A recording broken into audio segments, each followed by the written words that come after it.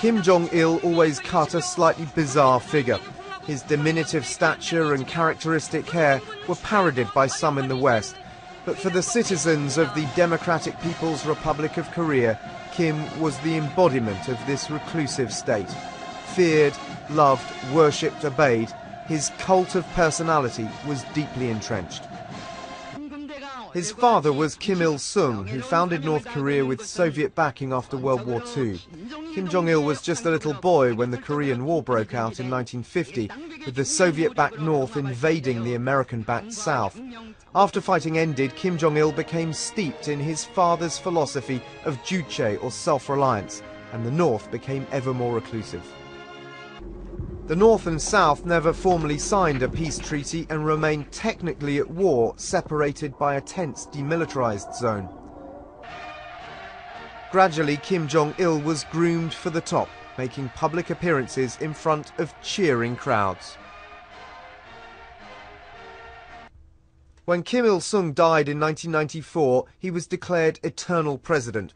So his son instead became General Secretary of the ruling Workers' Party of Korea, and by 1998, as head of the army, he consolidated his position of absolute power.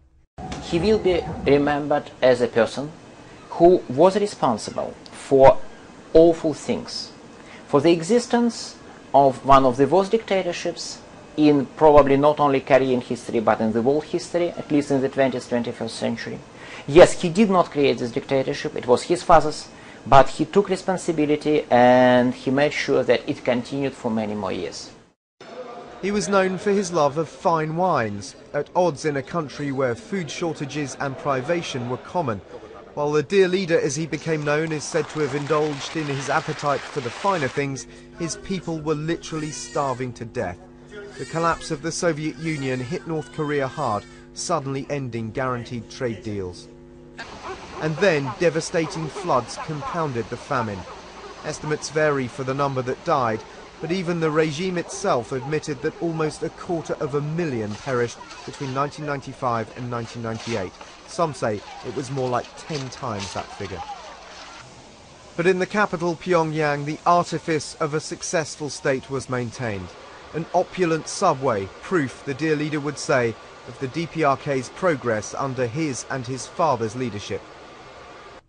Kim Jong-il was well known as a film buff, here visiting the set of a North Korean production. His personal video library was said to include 20,000 titles, with Rambo and Friday the 13th supposedly topping the dear leader's favourite flicks.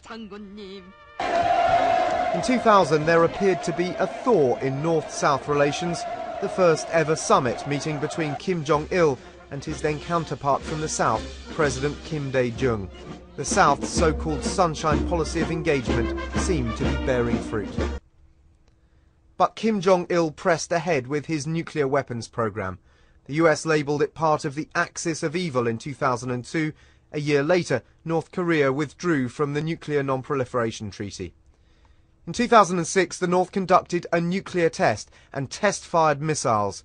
It added extra urgency to the six-party talks designed to deal with North Korea's nuclear program. A breakthrough came in 2007 when Kim Jong-il finally agreed to disable the nuclear reactor at Yongbyon in return for fuel and better relations with the US. But despite dramatically blowing up the cooling tower, North Korea seemed to backtrack afterwards. The deal appeared to be in jeopardy. The capture of two US journalists, Laura Ling and Yoona Lee, on the North Korean border sparked another crisis in 2009. It ended when former President Bill Clinton flew in and successfully negotiated their release, prompting hopes there would be further engagement.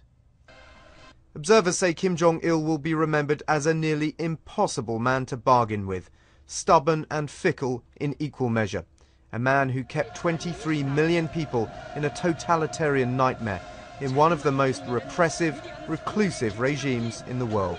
Dan Rivers, CNN.